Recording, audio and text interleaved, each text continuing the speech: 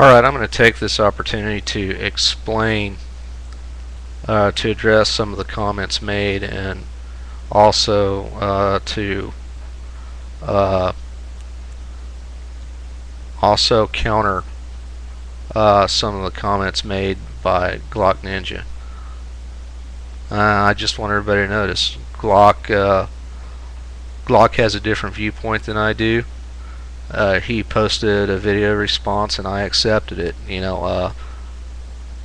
That's one thing I support on YouTube is honest debate and honest. And you can't do that if you shut people out, if you don't accept their video responses, just because they disagree with you. Okay.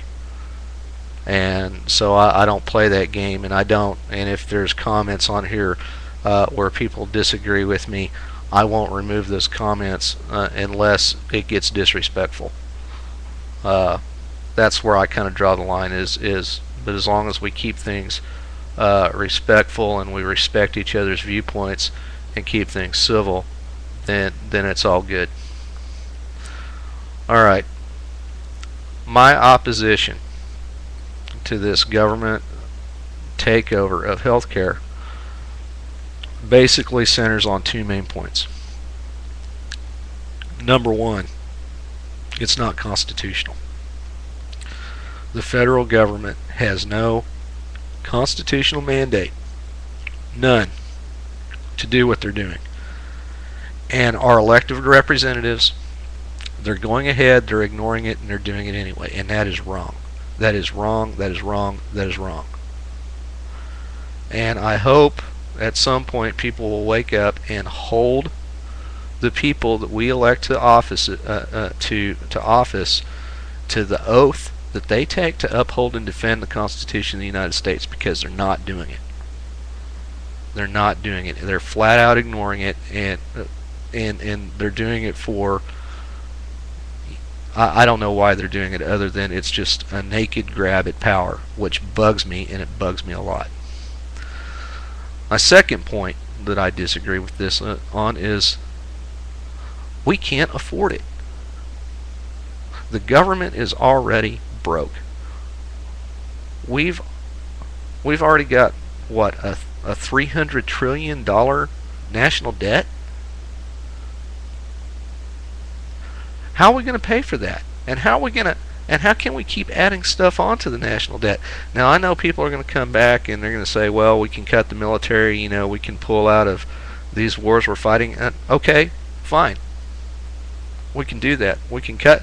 But national defense spending, if you take a look at the government, at the budgetary pie, yeah, you're right. National defense spending is a huge chunk of the discretionary budget. But the overall budget, the things that are killing us are entitlement programs. And what the government owes on entitlement programs far, far outstrips anything that we spend on in the domestic budget. So one, it's unconstitutional, and two, we can't afford it. Now, Glock, you made the comment, something to the effect of, the problem that we have to address is the insurance companies. I don't think so. You're missing the point. The base of the problem is availability and affordability of healthcare. I don't dispute that there's a problem with that. And somehow, some way it needs to be addressed. But what's going through Congress right now is it's not going to improve the availability of healthcare, and it's damn sure not going to improve the affordability of it. Because what's going to happen is, especially if they go in there with the so-called government option, pretty soon that government option is going to drive private insurers out of the business. And there's going to be no competition at all in the health insurance business. It'll be a single payer system. When that happens, my prediction is a lot of the people the healthcare providers we have now, physicians, nurses, whatever, they're going to go on and they're going to do something else because they're not going to put up with all of the government regulation that's going to go along with that. They're just not.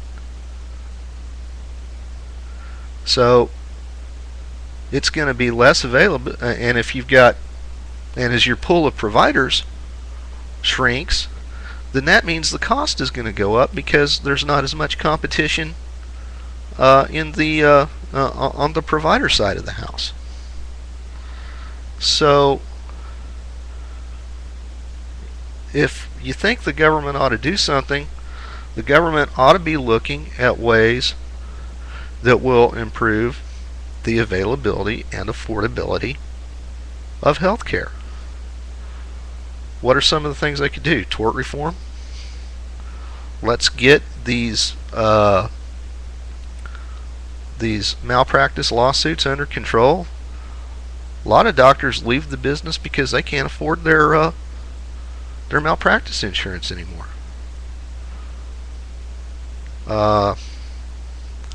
Let insurance companies actually compete with each other across state lines. Widen the pool out a little bit. That'll help keep costs down. You're not going to keep costs down by taxing medical, by adding new taxes on medical device manufacturers, on pharmaceutical companies.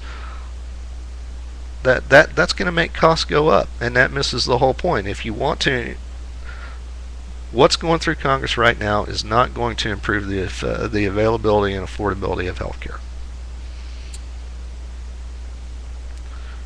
So those are my points. And like I said, agree with me, disagree with me if you want.